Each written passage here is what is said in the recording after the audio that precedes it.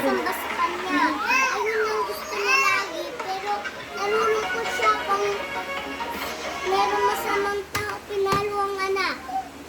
Ganun talaga tayo, nalulungkot ang Panginoon dahil doon. Kaya na-condition ko na huwag ka na magiging ganun. Yung mga angel, binibigyan lagi tayo na pang-araw-araw na pagkain. Kaya nga, sabi ng Panginoon, dahil mapabait kayo sa akin, bibigyan ko kayo araw-araw ng pagkain. Huwag ka na magiging ubada kasi pang ganun, malulungkot na ang tuluyan ng Panginoon. Bad po ba ako? Bad ba si tatay? Dapat ganun. Ano po bang gagawin ko? Dapat mampabait ka tay.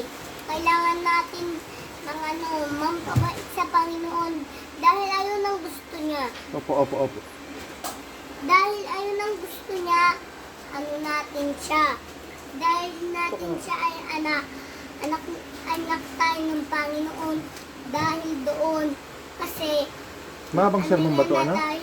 Dahil lagi tayong pray kay Lord. Kaya nga, anak niya ni Lord tayo. Dahil Lagi sa naman ako. Holy Spirit, kailangan mabait ka tayo. Dahil lagi kang meron kabaitan ka tayo. Babait naman ako, diba? May kaibigan ka na small, pero meron kang kasamaan na big. Pero tay, kailangan mo mabait kasi nalulungkot ang tuluyan. Masama ba si tatay? Meron kang kabaitan small, pero may kasama ka big. Oo, pick yan. Kasi kailangan Ayoko na. Hindi pa tayo tapos. Tapusin muna natin to. Wala ba yung pattern? Mahaba ba yan? Mahaba pa to hanggang 10 years. Pag natapos na Kahit to, ano mo. saka na tayo matutulog.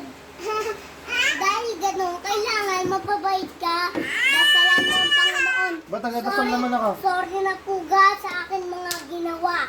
Ayun ang dasalin mo, tsaka lumuhod ka sa lupa para mapatawad ka ang Panginoon.